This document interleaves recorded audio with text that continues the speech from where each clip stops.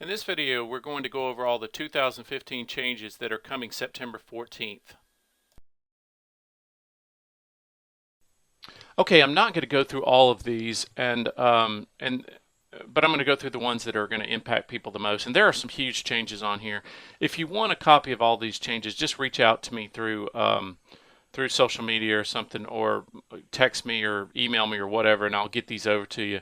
But we want to kind of go through these to show you the differences between the two FHA guidelines and what's changing. One of the big ones is gift funds. Before, we did not have to get a copy of the bank statement from the client or the client's donor, so the person giving the money didn't have to show a bank statement or anything. Now they do.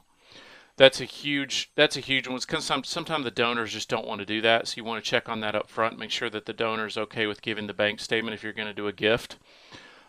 Next is large deposit definitions. This is when you submit a bank statement now, all deposits are kind of looked at on the transaction to make sure that they're not coming from any strange third parties or anything like that. That's why they do that. And before, there was no guidance. A lot of lenders had created their own guidelines and things like that on there. Now they've created a guideline of 1% of the adjusted value. And most people will still have another overlay of like 10% of the gross monthly income or something like that. So that's important to notice, that you're basically going to be looked at automatically on large deposits now. Joint funds access, no big deal, no change there. Retirement funds, not much of a change there. Not much of a change of this. Here's a huge one though. This is going to impact everybody, and it's going to create the need for us to go back and really kind of review credit and individual credit items. Before, it was kind of up to the underwriter whether the loan went through, and if desktop underwriting accepted it, it would usually just go through. Now we're going to have to put definitions for acceptable payment history and major derogatory credit, and that's and these definitions are to prove that the borrower's made all housing and installment debt payments on time for the last 12 months. And some people are not going to have that. And it's going to be kind of a hard and fast rule that they not get an FHA loan at that point, which I think is kind of ridiculous, but of course I don't make the rules. I'm going to have to start reviewing credit a little bit tighter because of that. Then there's no more than 30-day mortgage or installment lates in the last 24 months. So once again, we're going to have to grade credit there and make sure that there's no large amount of lates or anything. Major derogatory credit, payments made after 90 days after due date, 3 or more payments made 60 days after due date. Once again, more stuff to just kind of go through. Long story short, it's not going to be one of those run it through the system anymore and it goes. It's going to have to be manually looked at by a professional. So that's going to kind of weed out a lot of people in the industry that don't know how to grade credit. Luckily, I've looked at thousands of credit reports, and in my past life as an account executive, that's all I did all day long is grade credit. So I'm not going to have any problem with that. I can take a pen and piece of paper and do it pretty easily. Derogatory events, not really much change there. Non-traditional credit, I like this one. They're basically saying that you automatically have to go get non-traditional credit lines like public records and alternate lines of credit and things like that. Medical collections, still completely disregarded basically. Charge-offs have changed a little bit. There wasn't any guidance on this before.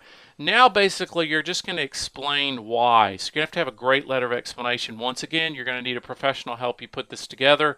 Do not use somebody that's just a novice and doesn't know what they're doing. You probably will not get the loan to go through at that point. Handling this stuff really hasn't changed. Federal tax liens has changed a little bit. Tax liens now, if they're unpaid, you have to set up a payment agreement and make 3 months of on-time payments. That's pretty big. Before, there was really not much guidance with that, but that's pretty big because you see a lot of tax liens floating around out there. Prepaids, this is not really changed. Now here's another big one too. Before, if somebody's giving you a gift, they're supposed to be a family member. There's some other things about family members, like family member transactions and things like that. They've changed the definition of what a family member is. Long story short, it's just tighter. It's like child, parent, or grandparent, foster child, sister, uh, stepsister, uncle, aunt, things like that. It's not as loose as it used to be. And that's going to become difficult because a lot of times people have, childhood friends and things like that that they've known all their lives, and no longer will they be able to work with those people, I guess, or you have to prove it or something like that. Not sure what we're going to be doing with this, but you can realize that there is a huge change here, a massive change. Next one, part-time employment. Basically just saying you have to have it for 2 years. That's a big change. Before it was underwriter discretion if it was less than 2 years. Declining income, not much different there. This is a huge one, frequent job changes. And really, the frequent job changes were never really looked at before, and now they are. If you have more than 3 in the last 12 months, or you've changed lines of work, you have to prove education or continual increases in income. That's kind of crazy. I get it, I guess, but it's kind of ridiculous. But that's how it works. So that's a big change right there. Overtime and bonus, 2 years. Basically all that 2 years. Commission, not much change there. A little bit change in child support and things like that. Rental income changed a little bit. Pension, 401k, looking at fluctuations.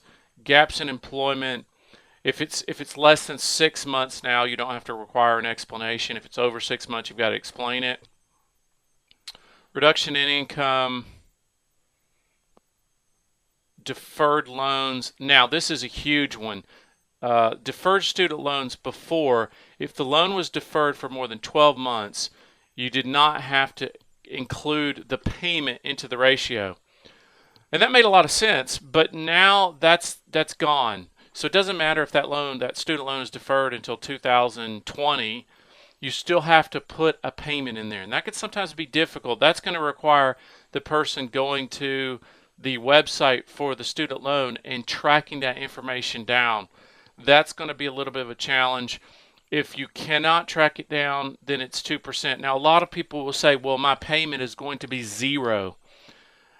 And I agreed with that in the past, but they've put a hard and fast rule on that too. If the payment is 0, then you're going to have to use 2% of the outstanding balance automatically. Once again, not my rules. I would not have made those rules, but that's what they are. Installment debt can no longer take out if it's less than 10 months. That kind of hurts quite a bit because a lot of people have installment debts, car payments almost paid off, things like that. You're not going to be able to remove those unless they're equal to 5% of the borrower's gross monthly income.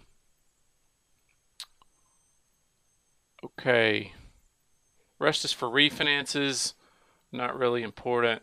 But that's all of it right there. So if you guys, once again, if you guys want a copy of this, let me know and I'll send it over to you. Just reach out to me through email or text, and I'll put my information right after this video. Just reach out to me and I'll send this off to you. But these are the changes. They're coming as of September 14th. If anything changes on top of this, I will put it in the comments below and let you guys know as well.